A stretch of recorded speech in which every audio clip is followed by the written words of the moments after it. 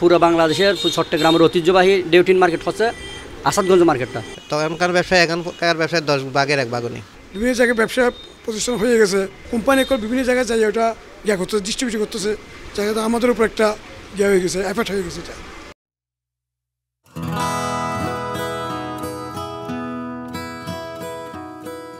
চট্টগ্রামের আসাদগঞ্জ একসময় ছিল ঢেউটিনের এক ঐতিহাসিক কেন্দ্র। দেশের নানা প্রান্ত থেকে আসত পাইকারি ক্রেতা।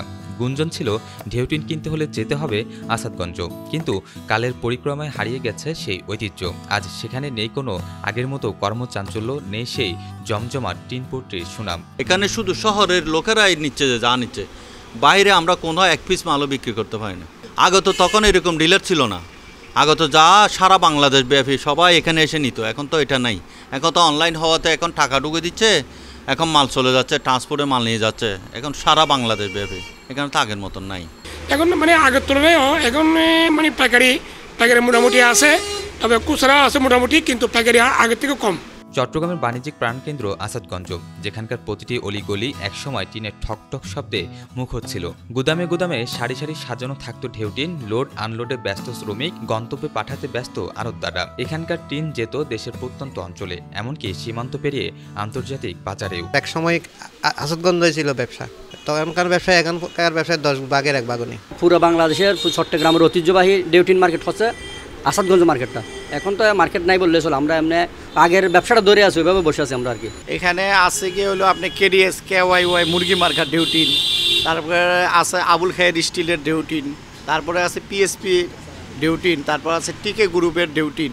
এগুলোর মধ্যে মোটামুটি বেস্ট কোয়ালিটি KYY মুরগি মার্কার ডেউটিন বা আবুল খায়ের মাল বা এসালমের মাল, এগুলি চলে মোটামুটি ভালো। 2000 সালের শুরুর দিকেও এই এলাকা ছিল ঢেউটিন পাইকারি বিক্রির জন্য দেশের অন্যতম ঘাঁটি, কিন্তু সময়ের সাথে সাথে দেশের অন্যান্য স্থানে গড়ে ওঠে বিকল্প বাজার, বেড়ে যায় উৎপাদন খরচ আর কমে আগ্রহ। পাশাপাশি যানজট, স্থান সংকট, কর ব্যবস্থা ও আধুনিক মার্কেটিংয়ের অভাব আসাদগঞ্জকে ফেলে দেয় প্রতিযোগিতার বাহিরে। আমরা তো ভাত খেতে পারতাম না, ওখানে যে মাল দেওয়ার সময়, ডেলিভারি দেওয়ার সময় জন্য ভাত খেতে পারি না, ওই রকম ব্যবসা চলত। এখন ব্যবসা তো নেই, আসাদগঞ্জ ব্যবসা অনেক বিভিন্ন জায়গায় ব্যবসা চলে গেছে, ফাটি কমে গেছে, এখানে আসতে পারে না, বিভিন্ন মিলে বিভিন্ন জায়গায় মাল দিয়ে যেত। বিভিন্ন জায়গায় ব্যবসা প্রতিষ্ঠান হয়ে গেছে, তখন তো আগে সব জায়গায় ছিল না। এই কারণে আমাদের কোম্পানি বিভিন্ন জায়গায় যাই ওটা ইয়া করতেছে, ডিস্ট্রিবিউশন করতেছে, জায়গাটা আমাদের উপর একটা ইয়ে হয়ে গেছে, এফেক্ট হয়ে গেছে। এটা টিনের জন্য বিখ্যাত, এই জন্য এখানে আসছি, আর কিছু দামও প্রাইস কম, এই জন্য আসছি আর কি। অন্য জায়গায় গিয়ে এসছি, ওইখান থেকে কিছু কম পাইছি এখানে, আর টিনের মান ভালো, বিখ্যাত এই জন্য, আসাদগঞ্জ বিখ্যাত এই জন্য আসছি। বর্তমানে কিছু গুদামে এখনও সামান্য ঢেউটিন বিক্রি হচ্ছে ঠিকই, তবে সেই পুরনো জৌলুস আর নেই।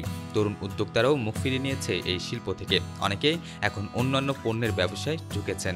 নানান প্রতিকূলতায় হারিয়ে যাওয়া আসাদগঞ্জের ঢেউটিন বাজার আমাদের মনে করিয়ে দেয়, কোনো শিল্প টিকিয়ে রাখতে হলে সময়োপযোগী পরিকল্পনা, অবকাঠামোগত উন্নয়ন এবং সরকারি সহায়তা কতটা জরুরি। রাহাত হাসান, বিশেষ প্রতিবেদন, চিটাগং লাইভ।